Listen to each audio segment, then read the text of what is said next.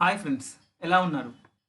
ఈరోజు మనం sixth class new text book social studies మీద లెసన్ 6లో టెక్స్ట్ 6 కింద తొలి నాగరికతలు అనేటువంటి లెసన్లో ఈరోజు మనం ఎగ్జామ్ కండక్ట్ చేసుకోబోతున్నాం. సో ఈ ఎగ్జాము కండక్ట్ చేసుకోబోయే ముందు మన యొక్క ఛానల్ని ఎవరైనా ఇప్పటిదాకా సబ్స్క్రైబ్ చేసుకోకపోతే దయచేసి సబ్స్క్రైబ్ చేసుకోమని చెప్పండి. మీ కొలీగ్స్కి వాట్సాప్ ద్వారా కానీ షేర్ ద్వారా తెలియజేయండి. సో మీరు ఎవరైనా ఎగ్జామ్ రాసేవాళ్ళు ముందుగా దయచేసి షేర్ చేయండి. సో లైక్ చేయండి. సో నెక్స్ట్ ఎగ్జామ్లోకి వెళ్దాం. సో ఫస్ట్ చూడండి, సింధు నాగరికత ఈ నదుల పరివాహక ప్రాంతాలలో వికసించింది. ఏ సింధు మరియు గూగర్ హక్రా, బి గోదావరి మరియు కృష్ణ, సి గంగా మరియు యమున, డి గంగా మరియు బ్రహ్మపుత్ర. సరైనటువంటి ఆన్సర్ని కామెంట్లో తెలియజేయండి.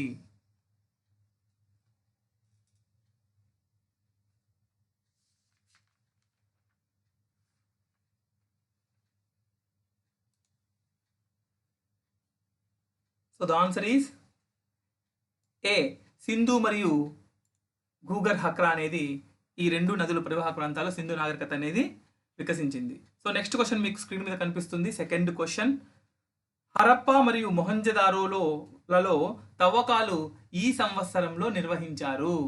ఏ 1920, B 1910, C 1930, D 1940.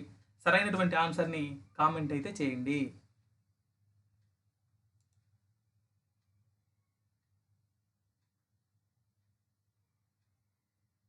So answer is A 1920. So next question మీకు స్క్రీన్ మీద కనిపిస్తుంది. 13th క్వశ్చన్, హరప్పా నాగరికత సమయంలో ప్రముఖ నౌకాశ్రయం. హరప్పా నాగరికత సమయంలో ప్రముఖమైనటువంటి నౌకాశ్రయము ఏది? A Harappa, B Kalibangan, C Lothal, D Mohenjodaro. సరైనటువంటి ఆన్సర్ని కామెంట్ అయితే చేయండి.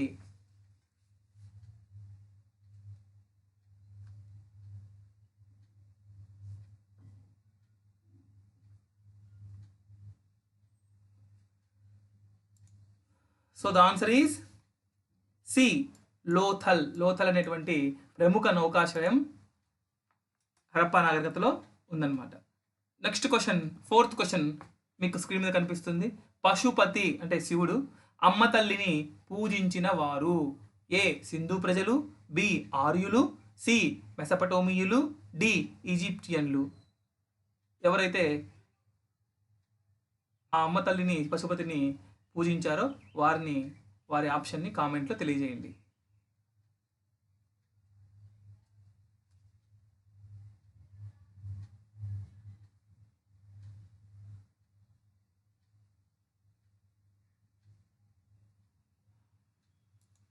So the answer is A Sindhu ప్రజలు.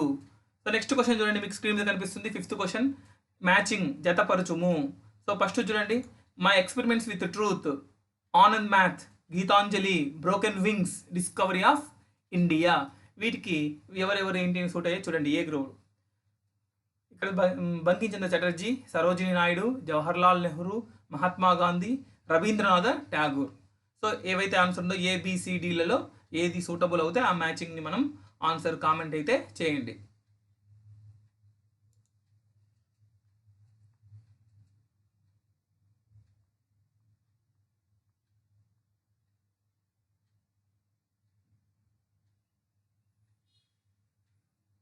So the answer is A D A ఈబిసి.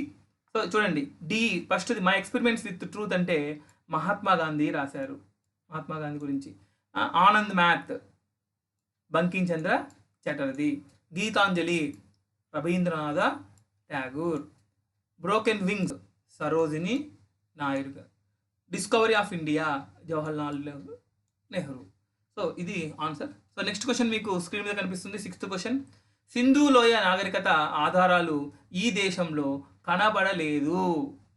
A Bharatadesam, B Pakistan, C Afghanistan, D Bangladesh. సరైనటువంటి ఆప్షన్ని కామెంట్ అయితే చేయండి.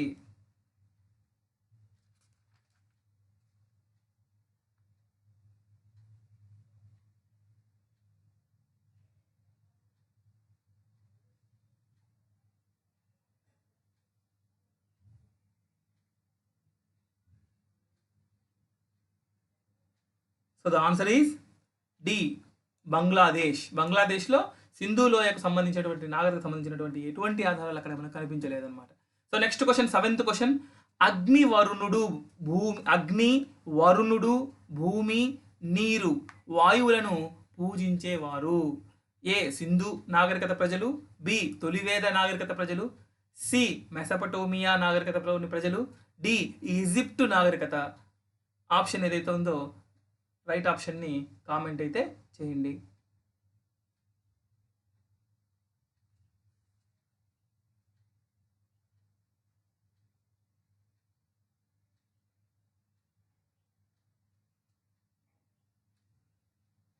So the answer is B, తొలివేద నాగరికతలో ఈ పంచభూతాలని పూజించేవారు అన్నమాట. నెక్స్ట్ క్వశ్చన్ మీకు స్క్రీన్ మీద కనిపిస్తుంది. 8th question. ఘోష, అపాల, లోపాముద్ర, ఇంద్రాణి, విశ్వరలు. వీరు ఏ, గొప్ప వేద పండితుల, బి, రాణుల, సి, రాయభారుల, డి, రాజుగారి ఆస్థానంలోని మంత్రుల. ఏదైతే కరెక్ట్ ఆప్షన్ ఉందో దాన్ని కామెంట్లో అయితే తెలియపండి.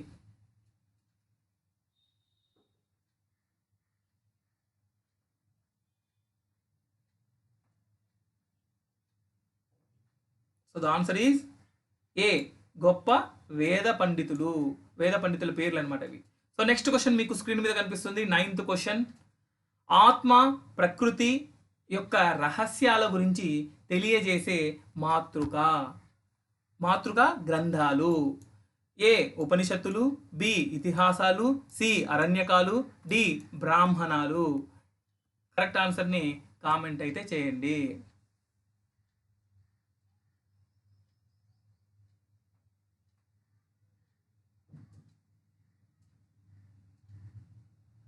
So the answer is A, ఉపనిషత్తుల్లో మనకు ఆత్మ ప్రకృతి యొక్క రహస్యాలని అక్కడ ఉపనిషత్తుల్లో తెలియజేస్తారనమాట. Next question, 10th question.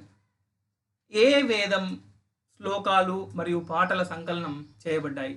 ఏ వేదం శ్లోకాలు మరియు పాటల సంకలనం చేయబడ్డాయి? ఏ, ఋగ్వేదమా, బి, యజుర్వేదమా, సి, సామవేదమా, డి, అథర్వణ వేదమా? కరెక్ట్ ఆప్షన్ని కామెంట్ అయితే చేయండి.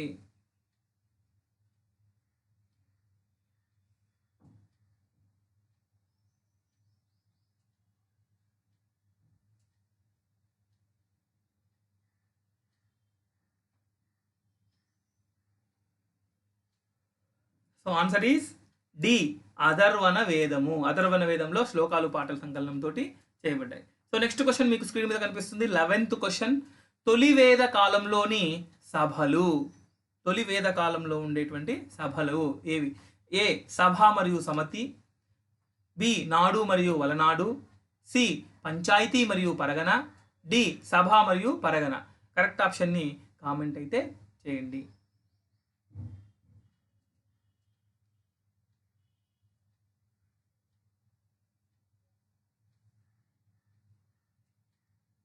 సో ద ఆన్సర్ ఈజ్ ఏ, సభ మరియు సమితి. అక్కడ ఉండేటువంటి సభలను, తొలివేద కాలంలో ఉండే సభలను సభ లేదా సమితి అని పిలుస్తారు. So next question, 12th. ఆశ్రమ వ్యవస్థ ఈ కాలంలో ప్రారంభమైంది. సింధు లోయ నాగరికత కాలంలో, బి, తొలివేద కాలంలో, సి, మలివేద కాలంలో, డి, ప్రాచీన నాగరికత కాలంలో. కరెక్ట్ ఆప్షన్ని కామెంట్ చేయండి.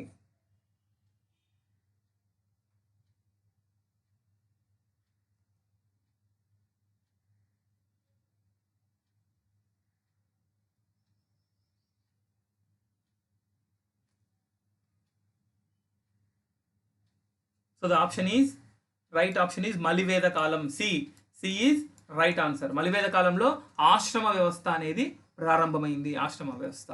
సో నెక్స్ట్ క్వశ్చన్ చూడండి. 13th క్వశ్చన్ స్క్రీన్ మీద కనిపిస్తుంది.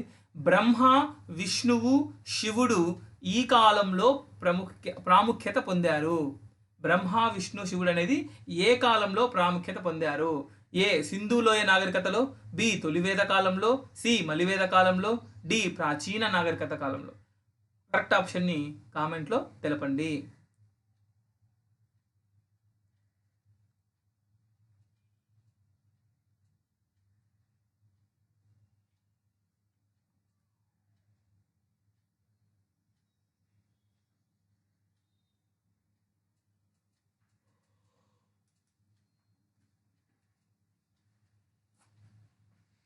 So the answer is C మలివేద కాలంలో. మలివేద కాలంలో బ్రహ్మ విష్ణు శివుళ్లను ఆ ముగ్గురు దేవుళ్ళు ఆ కాలంలో ప్రాముఖ్యత పొందారు. సో నెక్స్ట్ క్వశ్చన్ మీకు స్క్రీన్ మీద కనిపిస్తుంది. 14th క్వశ్చన్, భారతీయ జీవనానికి మరియు కళకు మార్గనిర్దేశం చేసిన ఇతిహాసాలు. ఏ రామాయణం మరియు మహాభారతం, బి వేదాలు మరియు పురాణాలు, సి బ్రాహ్మణాలు మరియు ఉపనిషత్తులు, డి భగవద్గీత మరియు భాగవతము. కరెక్ట్ ఆప్షన్ని కామెంట్లో తెలపండి.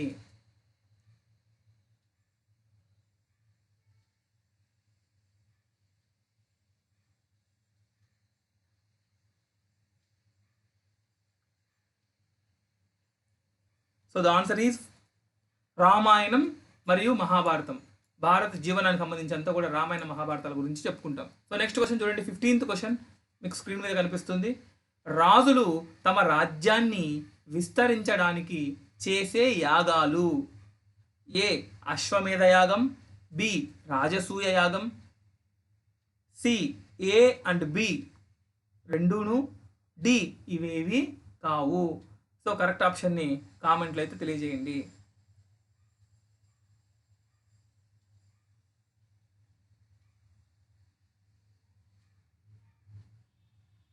So the answer is C A మరియు బి ఈ రెండు యాగాల్ని చేసేవాళ్ళు అనమాట రాజులు. సో నెక్స్ట్ క్వశ్చన్ మీకు స్క్రీన్ మీద కనిపిస్తుంది.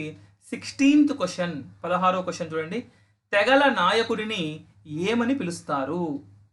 ఏ చక్రవర్తి అని, బి రాజన్ అని, సి ఫారో అని, డి జార్ అని. కరెక్ట్ ఆప్షన్ని కామెంట్ అయితే చేయండి.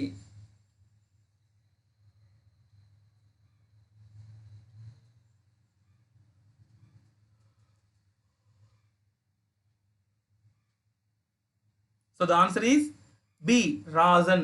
రాజన్ అని రాజును తెగల నాయకుడిని రాజన్ అని పిలిచేవారు. సో నెక్స్ట్ క్వశ్చన్ స్క్రీన్ మీద కనిపిస్తుంది. 17th క్వశ్చన్, ఋగ్వేదంలో ఏ నది గురించి పలుసార్లు ప్రస్తావించడం జరిగింది? ఏ సింధు నది గురించి, బి గంగా నది గురించి, సి సరస్వతి నది గురించి, డి బ్రహ్మపుత్ర నది గురించి. కరెక్ట్ ఆప్షన్ని కామెంట్లో అయితే తెలపండి.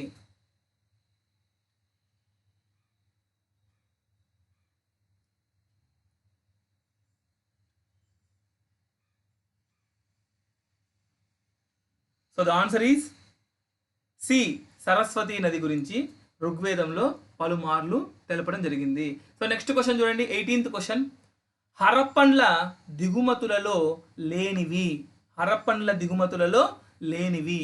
ఏ తగరము, బి బంగారము, సి రాగి, డి జాతి రత్నములు.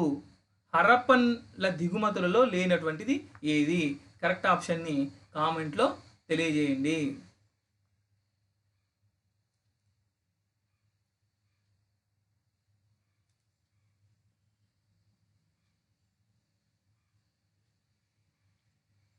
So the answer is B బంగారము వారి యొక్క దిగుమతులలో లేదు.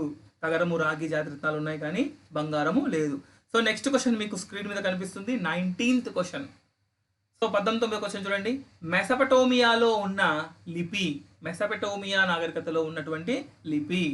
ఏ సంస్కృతం, బి ప్రాకృతం, C form, D Latin. So cuneiform, C అనేది ఇక్కడ క్యూని మిస్ అయింది. క్యూని form,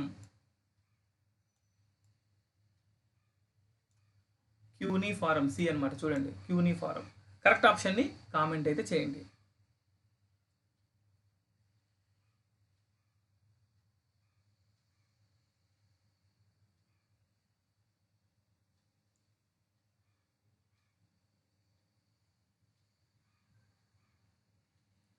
so the answer is C, cuneiform. This is the right answer. మెసపటోమియాలో ఉన్న లిపి పేరు cuneiform.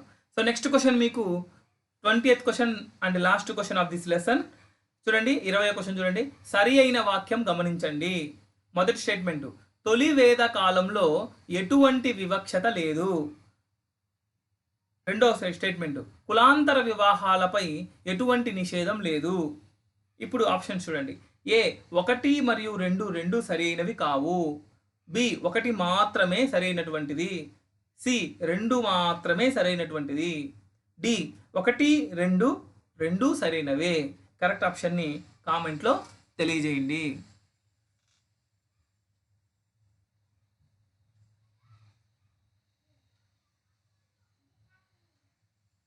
So the answer is D, 1 మరియు 2 సరైనవే. సో ఈ ఎగ్జామ్లో ఎన్ని మార్కులు వచ్చినవి అనేది ప్రతి ఒక్క క్యాండిడేట్ ఖచ్చితంగా కామెంట్ అయితే చేయండి. అవి మిగతా వాళ్ళందరికీ కూడా తెలుస్తుంది. సో వాళ్ళు కూడా కాంపిటేటివ్గా స్పీడ్ అవుతారనమాట. సో ఫస్ట్గా ఎవరైనా లైక్ చేయకపోతే లైక్ చేయండి ఒకసారి. Thank you. Have a nice day.